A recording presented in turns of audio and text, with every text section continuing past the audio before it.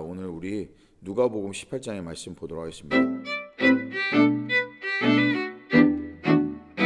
누가복음의 말씀은요, 공관복음 전체에 3번 등장하는 말씀입니다. 마태복음과 마가복음에도 나오는 이야기인데요. 부자, 관리, 청년의 이야기입니다. 누가가 특별히 부자에게 관심이 많다라는 것은 여러분들께서 제 강의를 들어보셨다면은 아실 겁니다. 다른 복음보다 부자에 대한 관심이 특별하게 많은 복음서가 바로 누가복음입니다. 그래서 예수 그리스도만이 왜 유일한 영생의 길이며 우리가 구하고 바라고 그리고 우리가 얻을 수 있는 유일한 생명의 길인가 그리고 진리의 길인가라는 16번째 말씀의 이야기를 오늘 이 예배를 통해서 이 예배 말씀을 통해 여러분들과 은혜 나누도록 하겠습니다. 그래서 오늘 본문은요, 마가복음이나 마태복음에 나오는 본문이 아닌 누가복음에 나오는 본문의 말씀을 가지고 이야기를 나누도록 하겠습니다. 비슷하지만은 조금 더 세밀하게 구성되어 있는 이 말씀입니다. 왜? 누가가 부자에게 관심이 많기 때문에 그렇습니다. 마태복음과 마가복음에 나와 있는 부자에 대한 이야기를 둘을 합친 것보다 4배 더 많은 분량이더라고요. 실질적으로 세보니까요. 어느 정도로 더 많이 얘기를 하고 있느냐라는 게 4배나 더 많은 분량의 이야기를 누가가 그려내고 있습니다. 그럼 누가가 이토록 관심이 많은 부자들에 대한 이야기, 그 중에서도 굉장히 특별한 말씀입니다. 오늘 부자 청년 관리에 대한 이야기인데요. 이 이야기들을 오늘 여러분들과 함께 나누도록 하겠습니다. 자, 공강복음에 등장하는 이 청년은요, 마태복음에서는 한 청년으로만 등장을 합니다. 한 청년이라고 소개가 되어 있어요. 근데 마가복음에 보면은 어떤 사람이라고 되어 있는데 오늘 누가복음에 보니까 그 사람이 그냥 부자만이 아니라 청년일 뿐만이 아니라 또한 한 관리라고 등장을 합니다. 그래서 부자 관리 청년이라고 이 청년을 표현하는 게 맞을 겁니다.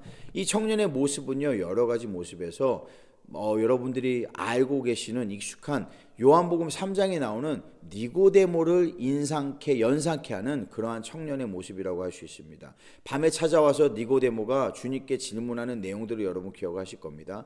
근데 니고데모가 왔을 때 주님께 뭐라고 부르느냐? 랍비어라고 부릅니다.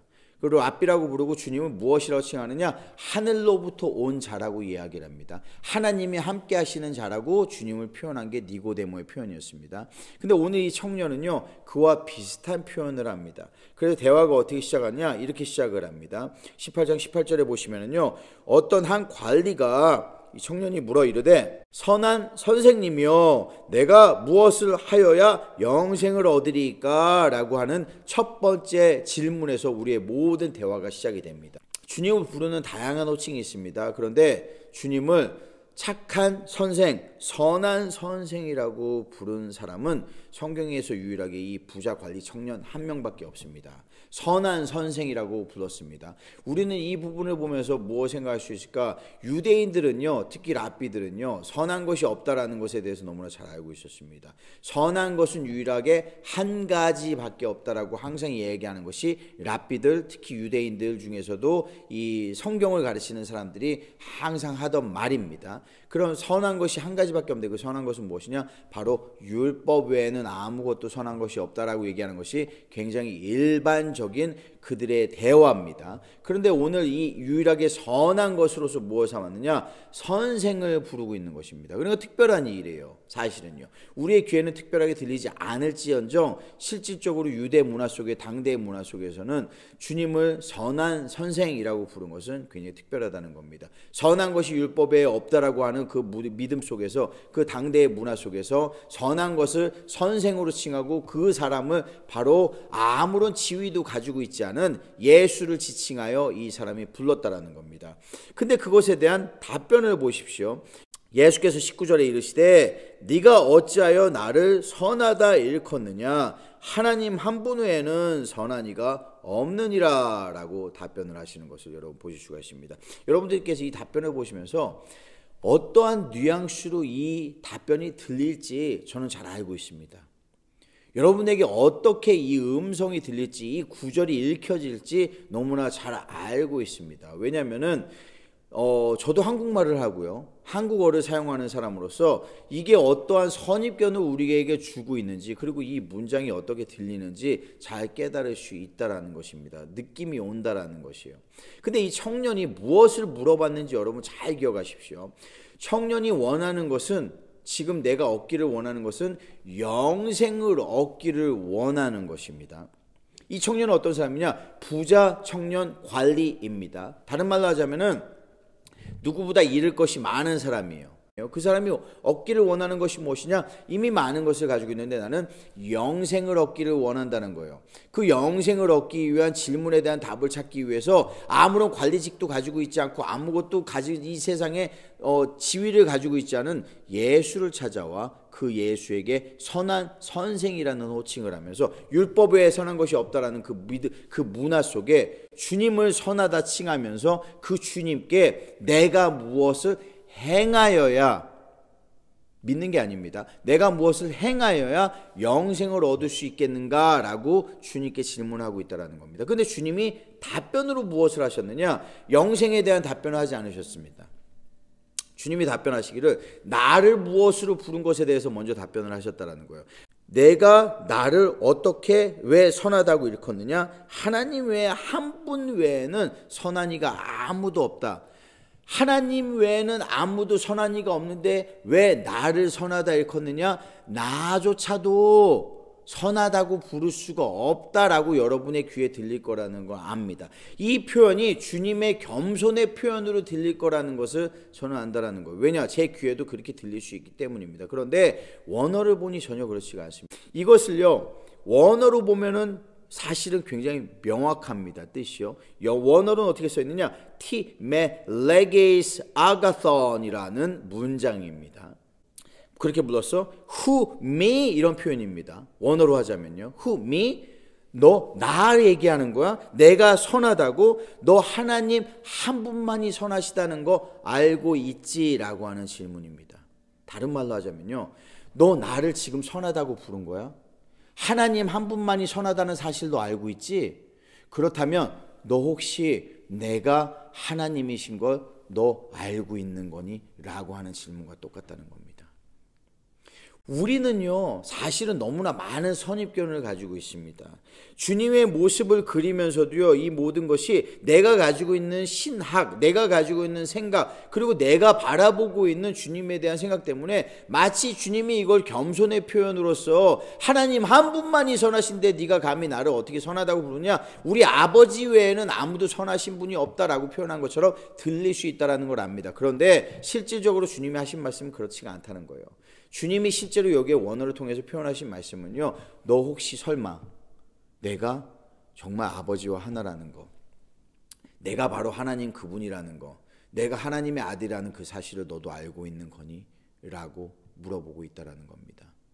어쩌면요, 이 부자 관리에게는요, 내가 부족한 것이 없었고 지금까지 내가 원하는 것이면 무엇이든지 내가 노력만 한다면 얻을 수 있었는지도 모릅니다. 내가 무엇을 얻고자만 한다면 불가능이 없다라는 것을 나는 내 신념 속에 가지고 있는 사람인지도 모릅니다. 내가 원하기만 한다면, 내가 노력을 한다면, 그렇다면 오늘도 내가 무엇을 행해야 그 영생을 내가 살 수 있겠습니까? 라고 주님께 물어보고 있다는 겁니다. 주님이 그것에 대해 답변해 주시죠. 너 행위를 원하니?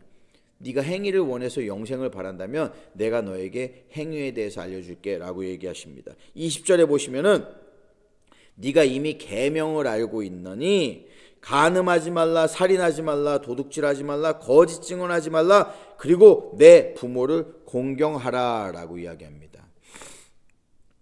여러분, 이 말씀이 어디에 나오죠?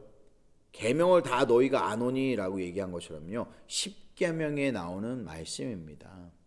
십계명에 나오는 순서만 틀리지만요, 십계명에 나오면 십계명은요, 여러분 둘로 나누어진다라고 할 수 있어요. 제1계명부터 제4계명까지는 하나님을 향한, 하나님과 관련된 겁니다. 제5의 계명에 있어서는 언약이 있는 첫 번째 계명이라고 부르는 부모를 공경하라고 하는 것이 5번째 계명입니다.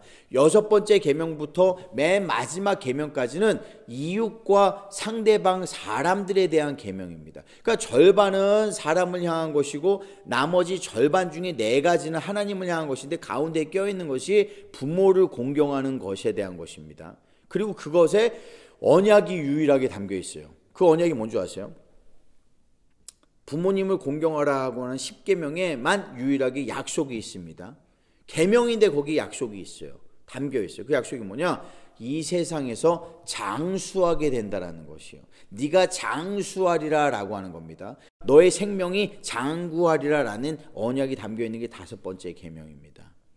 지금 이 형제는요, 이 청년은, 부자 청년은요, 내가 영생 어떻게 하면 영원히 살 수 있겠습니까? 라는 질문을 했습니다. 주님께서 답변하시는데 뭐라고 답변하시면 보세요. 순서가 바뀌었는데 어떻게 순서가 바뀌었느냐? 이 10계명 중에 5개의 계명을 청년에게 줍니다. 그게 간음하지 말라, 살인하지 말라, 도둑질하지 말라, 거짓 증언하지 말라, 그리고 내 부모를 공경하라. 다른 말로 하자면요, 부정적인 계명 4개를 앞에 두었습니다. 하지 말라, 하지 말라, 하지 말라, 하지 말라. 그리고 긍정적인 계명을 맨 뒤에 두셨는데요. 그 긍정적인 계명이 놀랍게도요, 유일하게 언약이 있는 계명입니다. 즉 장수에 대한 계명이에요.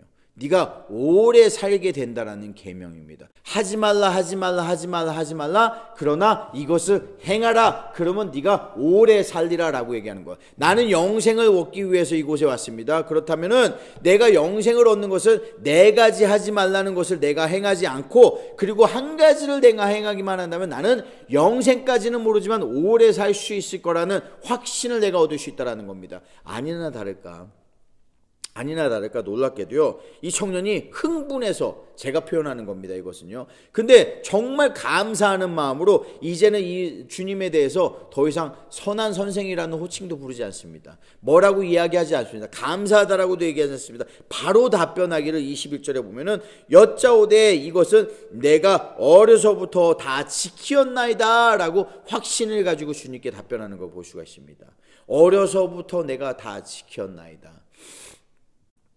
왜 어려서부터 이 내용이 중요할까요?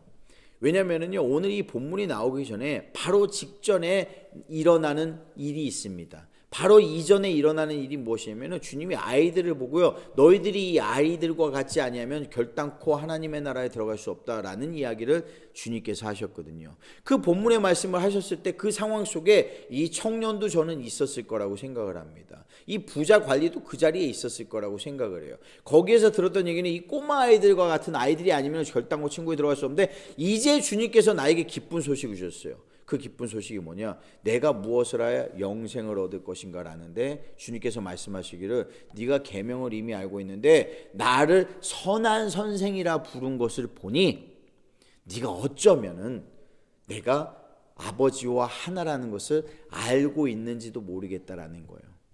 그래서 나는 10계명 중에 제1계명부터 제4계명의 하나님을 향한 계명에 대해서는 나는 너에게 요구하지도 않아.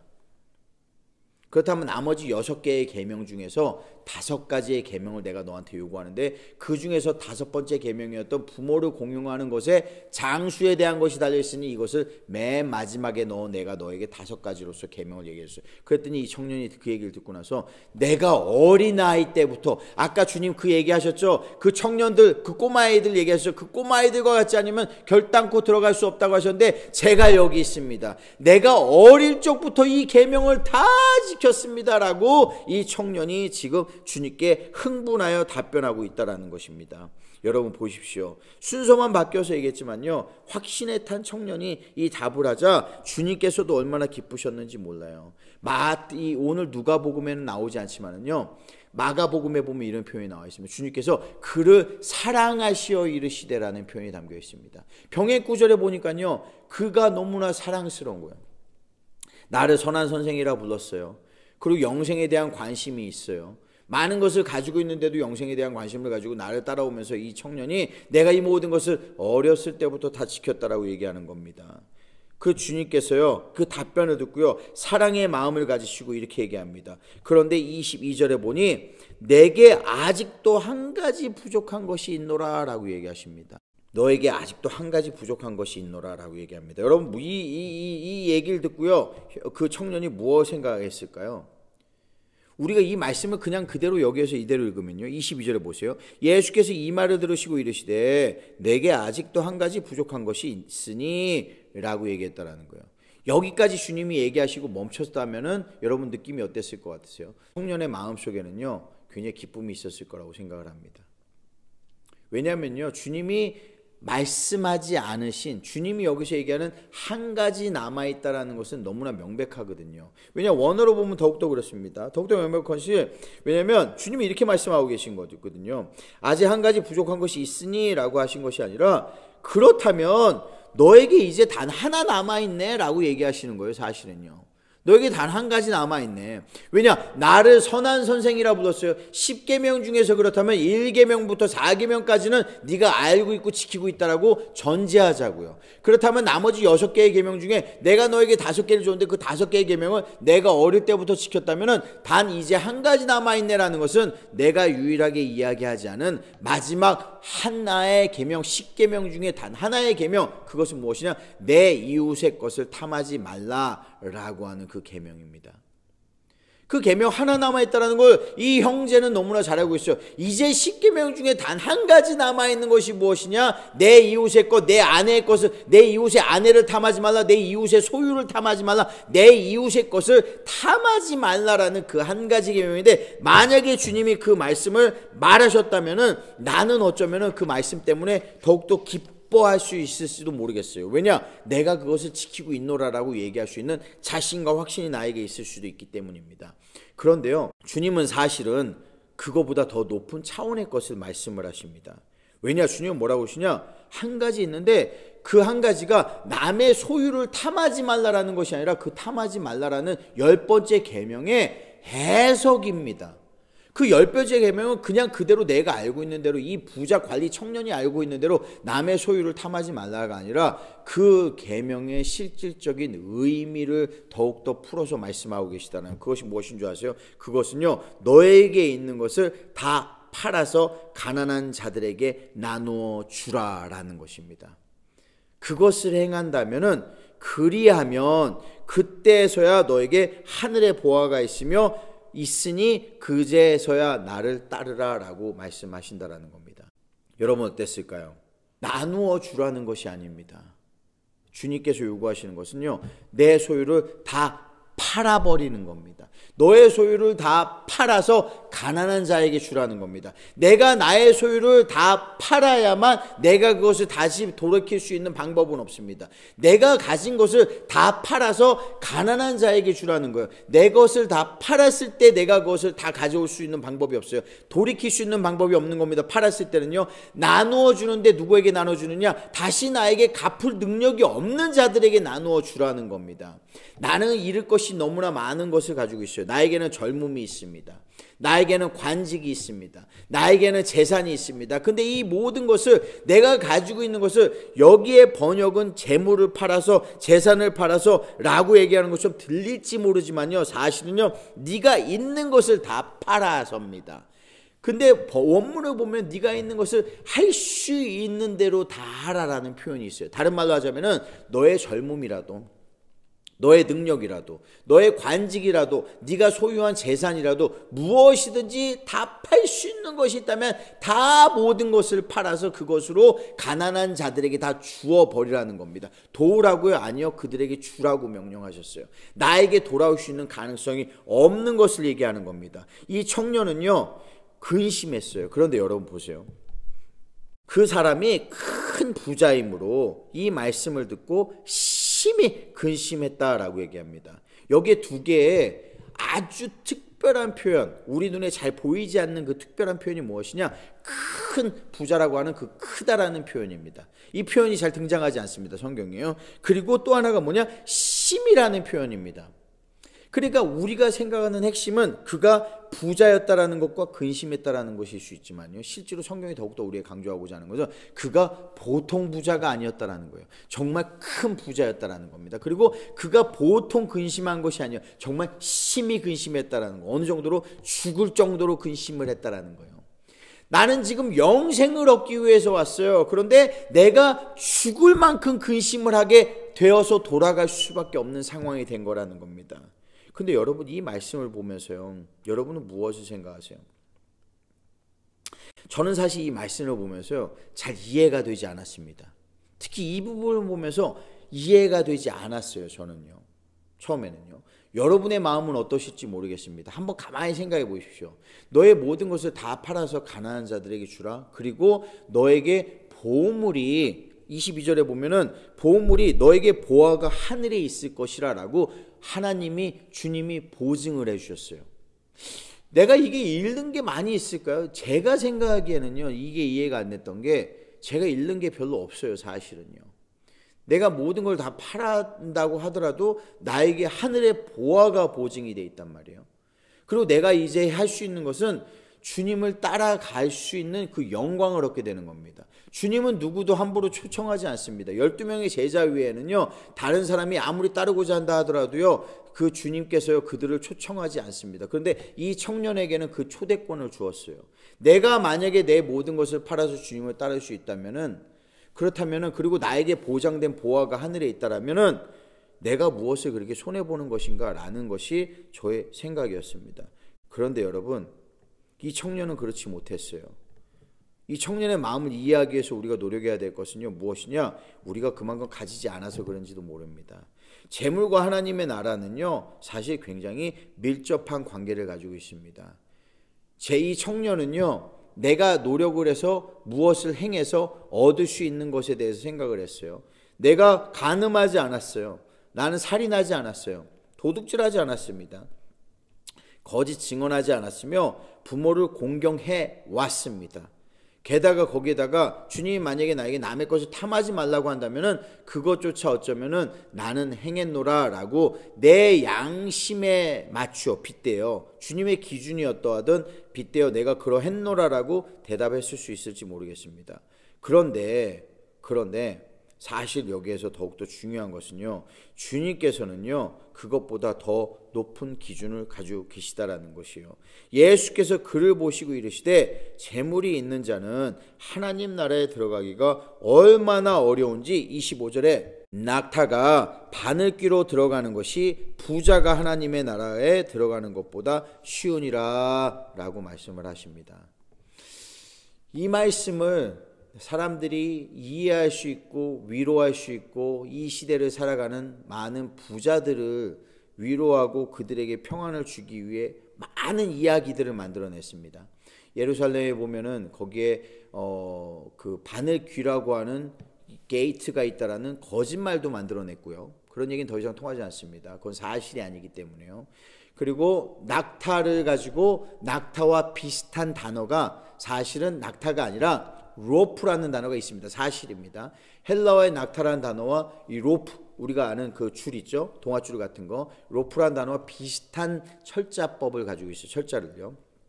그렇기 때문에 이게 사실은 주님이 말씀하신 건 로프였다라고 이야기하는 이야기까지도 합니다. 그런데 그 이야기도 거짓말입니다, 여러분. 그러한 사본은 발견된 적이 없습니다. 단 한 번도요. 다 만들어낸, 지어낸 이야기입니다. 왜? 부자들을 위로하기 위해서요. 그래도 조금이라도 가능성이 있는 것처럼 보이기 위해서. 그러나 여러분, 성경은 너무나 명확합니다. 부자가 천국에 들어가는 것은 불가능한 일입니다. 가능하기를 원할지 모르겠어요. 그러나 불가능합니다. 부자가 천국에 들어가는 건 불가능하다는 거예요. 이 사실이 왜 이렇게 어렵고 왜 이렇게 따갑게 느껴질까요? 재물과 하나님의 나라가 가지고 있는 이 관계는 무엇일까요?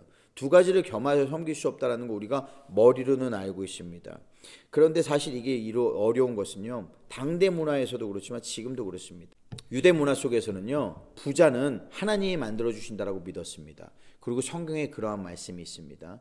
누군가 부유하게 산다라고 하는 것은 하나님의 복을 받았기 때문에 그렇게 산다라고 믿는 것이 당연한 것이 유대의 문화였습니다. 그런데 여러분 지금은 어떻습니까? 지금도 그렇습니다. 누군가 가난하다라는 것은 죄를 지어서 당연히 가난하다라고 하는 것이 당대의 문화의 믿음이었습니다. 여러분 지금은 어떻습니까? 말은 하지 않지만은요, 지금도 그렇게 크게 다르지 않은 문화 속에 우리가 살아가고 있습니다.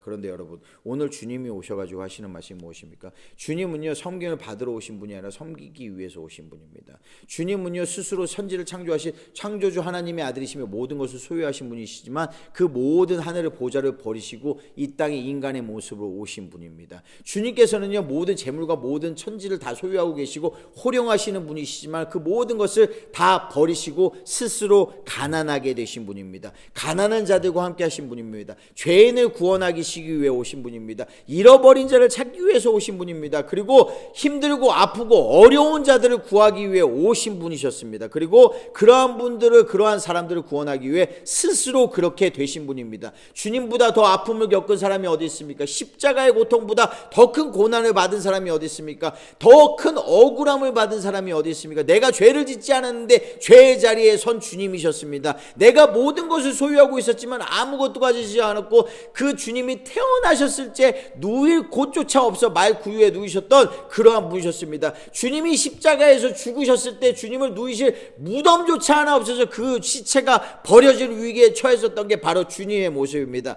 그런데 그러한 주님의 모습을 우리가 기억한다면 어떻게 가난한 자가 저주를 받았다라고 얘기할 수 있겠습니까? 주님이 스스로 가난하게 되시고 저주를 받아 그 가난한 자들을 구원하기 위해 오신 겁니다.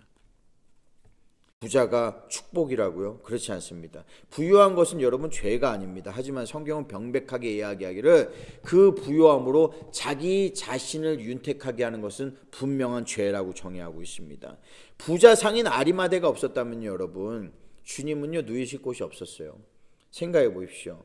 바나바가 아니었다면은요 초대의 교회는요 어쩌면은 부흥을 시작하지도 못했을지도 모릅니다. 이 이방인의 사역을 시작한 바울에게 자주장사 루디아의 섬김이 없었다면은요 여러분 세계 선교, 유럽의 선교는요 어쩌면 그렇게 시작하지 못했을지도 모릅니다.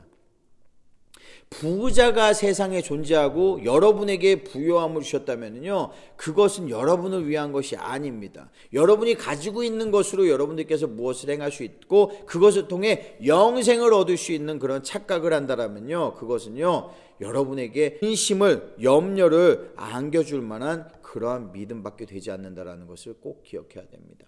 부자에게 천국은 없습니다. 부자에게 영생은 있을 수가 없습니다. 주님은 명백하게 얘기하십니다. 부자가 천국에 들어가는 것은 불가능하다라는 것이에요. 여러분 낙타가 어떻게 바늘귀로 들어가겠습니까? 낙타를 구겨낸다고 들어올 수 있을까요? 로프는 어떻게 하면 들여넣을 수 있을지 모르겠어요.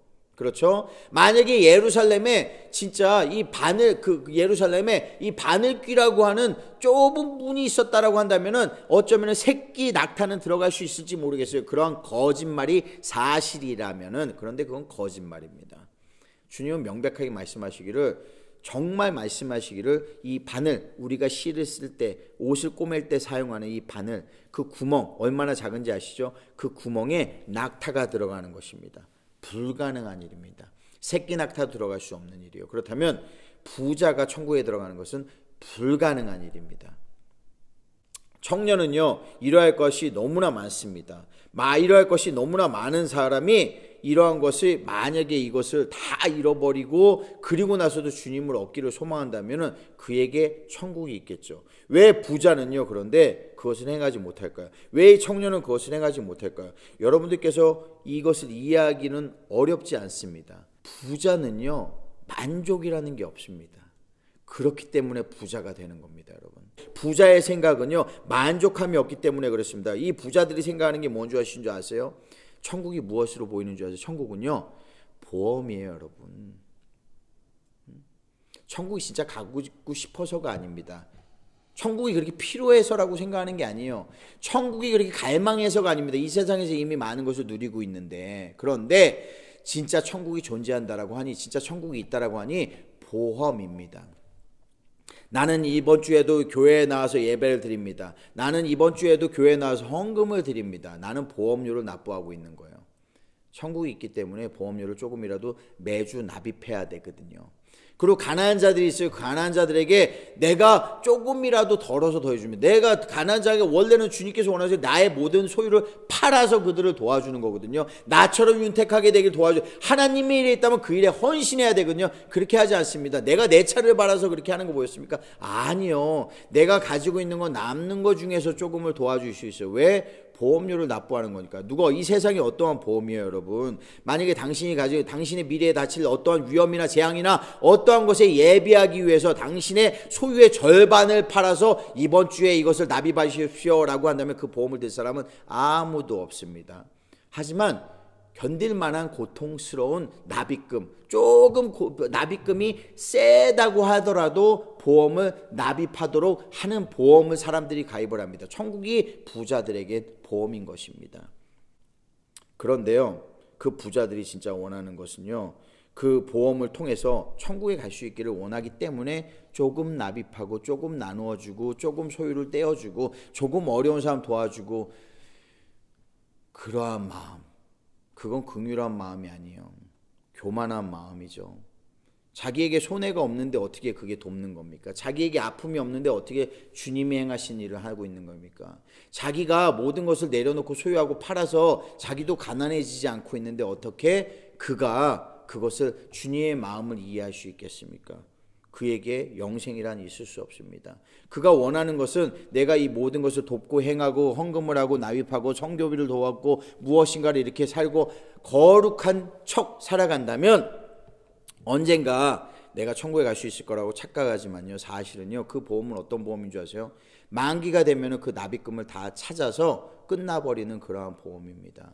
만기가 되면은 찾아버리는 적금에 불과하다는 거. 이 세상에서 모든 것을 누릴 수 있을지 몰라요. 그러나 영생은 가질 수가 없습니다. 오늘 결론의 말씀은요, 이렇게 얘기하십니다. 주님께서요, 듣는 자들이, 그 형제를 포함해서입니다. 듣는 자들이 가로되 그런즉 누가 구원을 얻을 수 있겠습니까? 라고 얘기합니다. 사실 처음부터 중요한 질문은요, 영생이 아니었어요. 진짜 중요한 질문은 구원에 대한 것이었습니다. 이 청년이 만약에 이제 내가 이 모든 것을 가지고 있는데 어찌하면 내가 구원을 얻을 수 있겠습니까? 라고 물어봤다면은 주님이 이렇게 답변하지 않으셨을 겁니다. 근데 주님께 물어본 것, 그 청년이 물어본 것은 영생이었습니다. 내가 원하는 것은 영원히 사는 것이에요. 나는 구원을 얻기 위한 것이 아닙니다. 여러분, 이 두 개의 차이는 굉장히 크다는 걸 아셔야 돼요. 영생과 구원. 여러분은 영생을 원하십니까? 구원을 원하십니까? 여러분은 여러분의 죄가 사해지고 하나님과 화해하며 주님과 영원히 함께하는 그 동행을 원하시는 것입니까? 아니면은 영원히 죽지 않고 영원히 누리며 살기만을 원하시는 겁니까? 이 두 개의 차이는 굉장히 큰 차이가 있다는 거예요. 무릇 사람이 할 수 없는 것을 하나님은 하실 수 있느니라 라는 것입니다. 사람은 할 수 없으나 나는 할 수 있다는 겁니다. Impossible is possible. Impossible is possible 이라고 얘기하는 것이 바로 나의 존재라는 것입니다. 나로 말미암지 않고서는 누구도 행할 수 없는 것입니다. 이 구원에 대해 물어봤을 때 니고데모의 마음속의 질문처럼요, 하나님의 나라를 향한 갈망은 있으나 다시 그것을 얻기를 소망하지는 않았습니다. 그것을 얻기 위해 나의 모든 것을 내어놓지는 못했어요. 부자가 스스로 가난해지는 것은 불가능한 일입니다. 인간의 능력으로는 할 수 없습니다. 아무리 노력해도 행할 수 없습니다. 오직 세상을 창조하시고 소유하시고 그랬으나 그것을 다 내려놓으신 주님으로만 모든 것이 가능한 것입니다. 우리가 인간의 몸으로 오시어서 모든 것을 버리시고 우리를 위해 구원을 손수 이루신 주님으로만, 그 주님을 향해서만 우리가 모든 것을 얻을 수 있다는 것입니다. 주님을 믿고 따르는 것 외에는요, 우리가 부요해질 수 있는 길은 없습니다. 여러분, 이 세상에 잠시 사는 날 동안에 많은 부요함을 원하십니까? 더 많은 욕심을 원하십니까? 더 많은 것을 얻기를 원하십니까? 그렇다면 예수 그리스도를 믿고 따르시기 바랍니다. 예수 그리스도가 우리를 부요케 하시는 것은요, 우리로 하여금 가난한 자들을 돕기를 소망하시기 때문입니다. 우리로 하여금 더 많은 자들에게 주님의 복음을 전하기 위해 우리를 부요케 하실 분이시기 때문입니다. 우리가 가난해질 필요는 없어요. 그리고 여러분이 이미 부요를 소유하고 계시다면은 그곳으로 이미 여러분은 한 발짝 앞서서 주님의 일을 시작하실 수 있는 그러한 위대한 위치에 있다는 것입니다. 가난은 결코 자랑이 아닙니다, 여러분. 하지만 우리가 주님을 위해 모든 것을 버린다면은요, 주님께서 우리를 결단코 가난하게 내어버려 두시지 않습니다.